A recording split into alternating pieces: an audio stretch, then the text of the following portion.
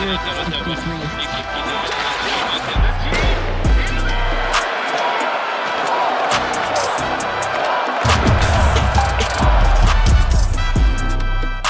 there and welcome to the Gazette's Hockey Inside Out show. I'm Stu Cowan of the Gazette and I'm joined this week by my regular partners, former Canadiens teammates and 1986 Stanley Cup champions, Chris Nilan and Rick Green. Knuckles, the Canadiens all but cemented a playoff spot for the first time in 4 years with Tuesday night's 4-1 win over the Detroit Red Wings at the Bell Center.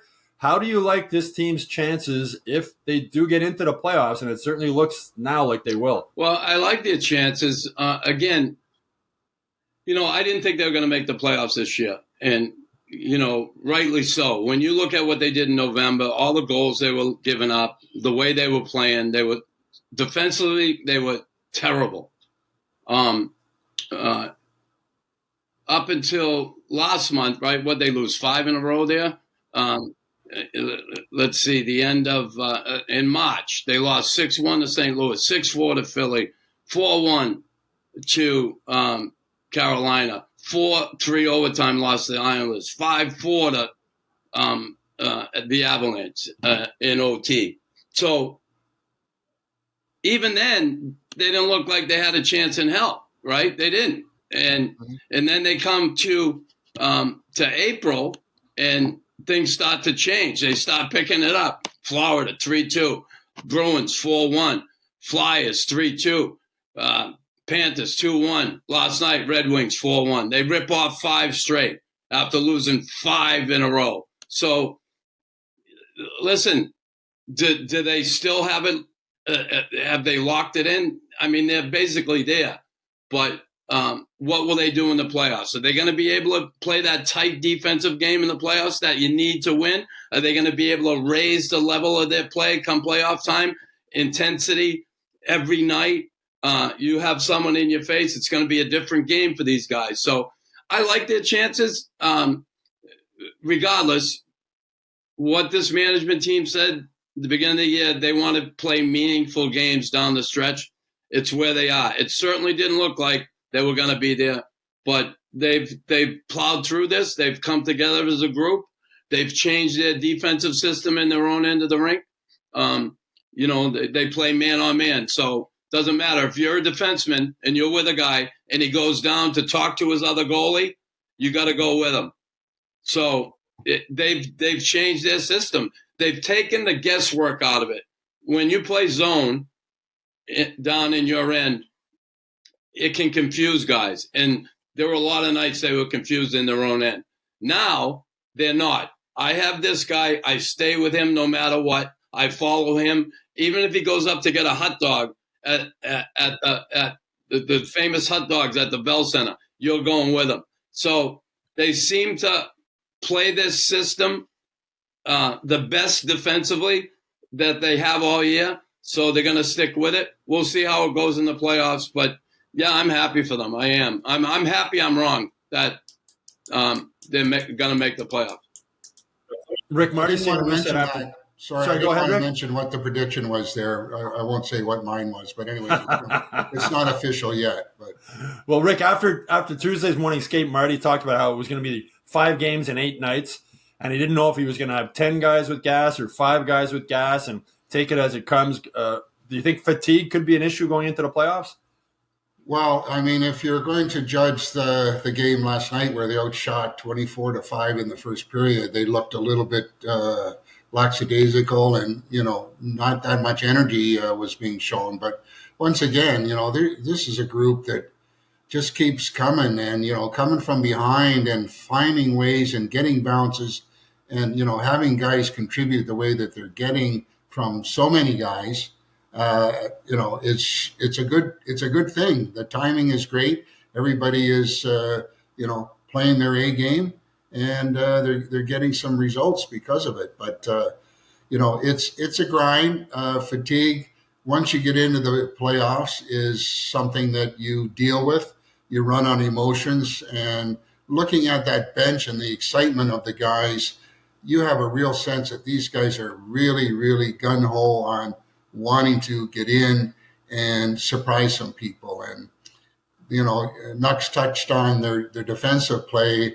Look at their goals against average the last 20 games has been 2.5 goals against, which is phenomenal considering what they were doing before. So they've stepped it up in that department. They seem to have put a little more patience in their defensive zone play, with everybody committed to what they need to do. And of course, not to mention their goaltending has just been outstanding, with timely saves and making those saves when they need it the most. And a lot of good things happening right now. So just get in there, and it's always better, I think, being an underdog. But they're doing a lot of great things, and they're really excited and nice to see. Knuckles, it seems like there really is something special about this team. Some of the guys were talking about hockey gods. I've heard some fans talking about the Forum Ghosts have finally reappeared. You buy into any of that stuff? No, I don't. What I do buy into is the coach, who's been, there's times this year we said, geez, we'd like to see him get pissed off. We'd like to see him, get mad at these guys. He stayed consistent with who he is in his message. He may have changed some things as far as systems, defensively, which we've seen, and just what Rick said about the goals against the last little bit. And honestly, Jeff Gordon and Hughes, the group they put together, we knew, right, that they've stocked the cupboards, right? We look at Laval, we look at the players they brought in here, but when we didn't see it working right now, a lot of frustration, right? A couple of years losing, last place, and then the beginning of this season, November, until December, that road trip, things started to change a bit. And even then it was sketchy, but they were playing better at times.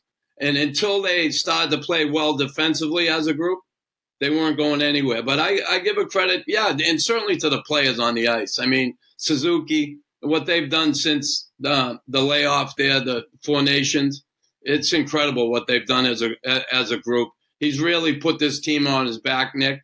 And then Hudson, since Hudson's been here, here's a guy who controls the tempo of the game. He gets the puck, man. He controls the tempo of the game when he's on the ice.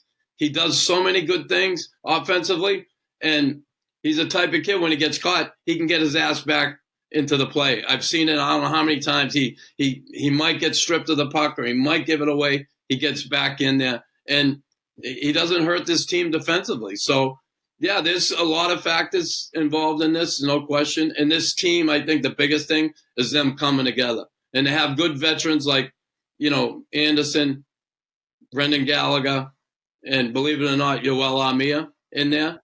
And even, Dvorak. We can kick him to the side at the end of the year, but these veterans, have been pretty consistent this year amidst all the blunders that were going on with this team. And to play through that and stay positive, that's a big plus for this organization. Rick, some huge news, surprising news Tuesday that the Canadiens have signed Ivan Demidov, their first-round draft pick last year, to a 3-year NHL entry-level contract after he was released from his KHL contract with SKA St. Petersburg.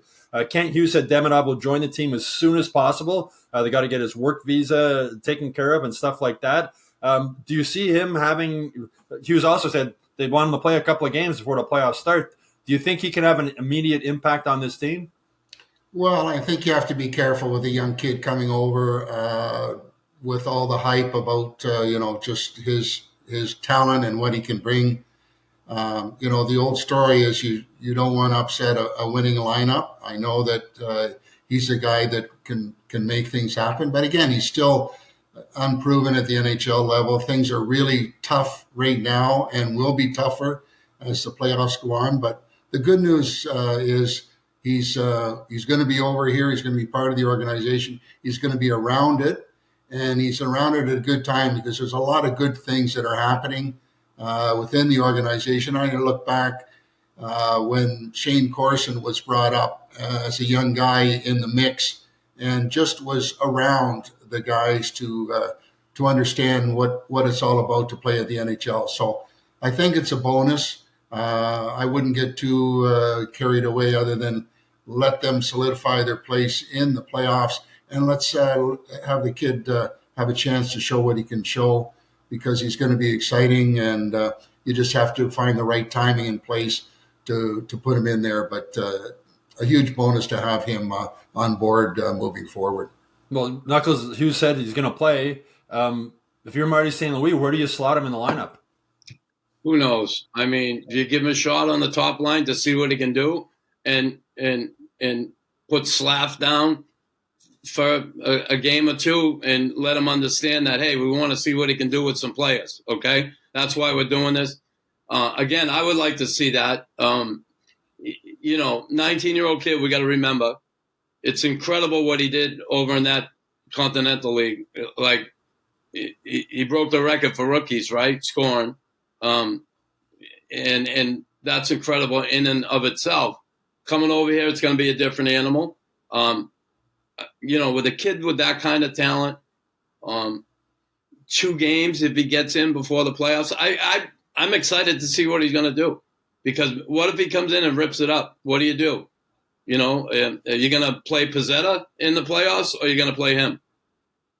So there's something to look at there. And I just think, I'm excited to see what he does. It's exciting time from Montreal fans. It's been a long wait, right? And I'm looking forward to it.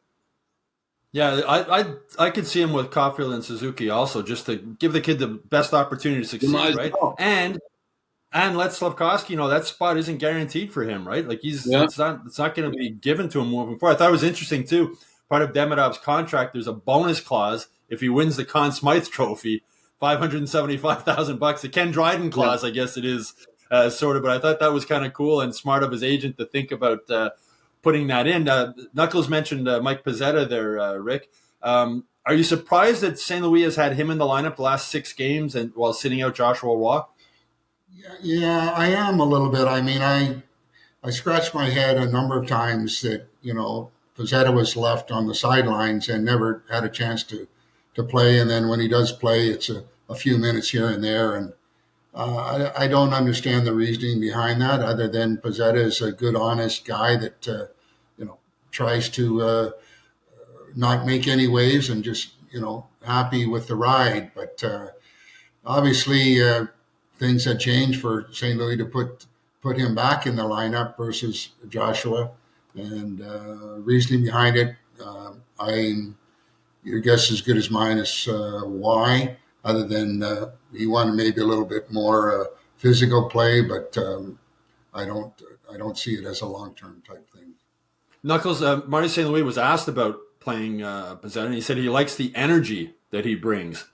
Reminds me of another guy who used to bring a lot of energy to this team, and you. I mean, I don't see Pizzetta as being a 20-goal scorer like you were, but does he remind you of you at all, the way he plays the game? Yeah, a bit, similar. And I think putting him in, and listen, Abijak guy out of the lineup, right? Strubal's back there. Strubal's a tough kid. He can hit. He's a scrappy kid, and he's hung in there while Abba was playing, and him not getting that opportunity. He got an opportunity, he took advantage of it. Abba being out now, maybe the coach feels he wants somebody in there just in case the poop hits the fan. You got somebody there, right? And that gives a sense of comfort to his teammates, right? Not having to maybe have Josh Anderson do that job. And he does bring energy. He goes out, he hits, he tries to get in on top, be the first guy, and that's what he has to do when he's in there.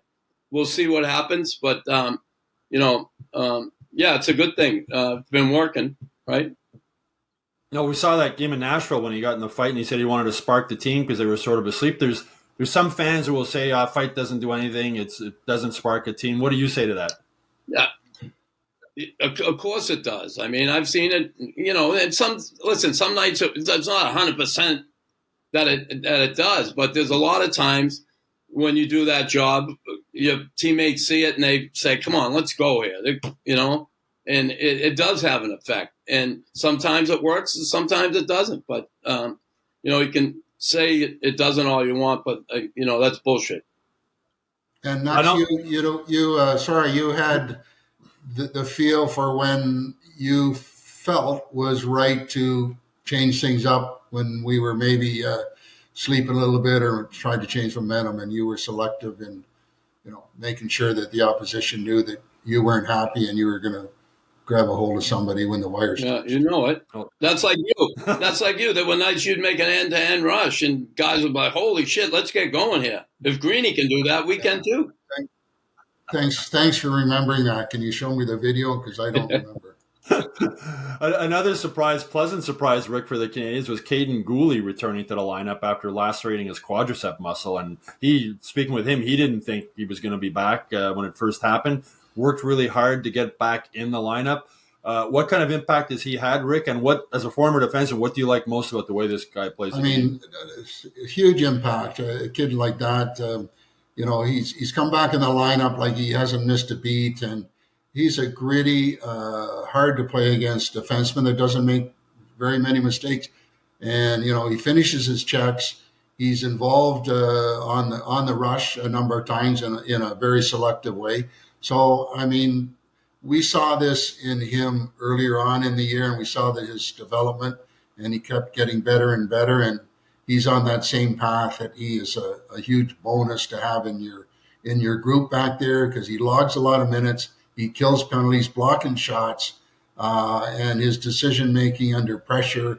And again, you talk about chemistry with your partners, making sure that those guys are on the same page and, are effective to play together.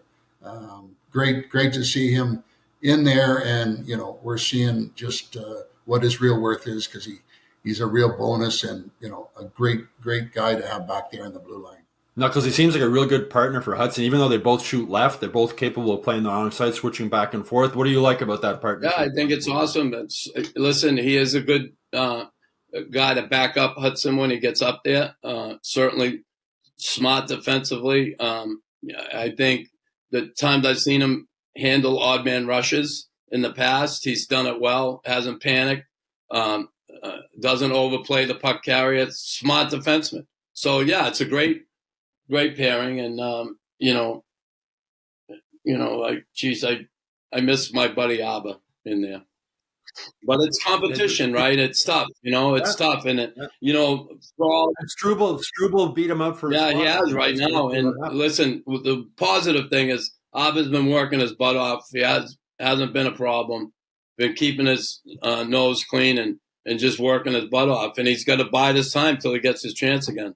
It's unfortunate, but that's a good problem to have if you're a coach. Yeah, that's what Marty said.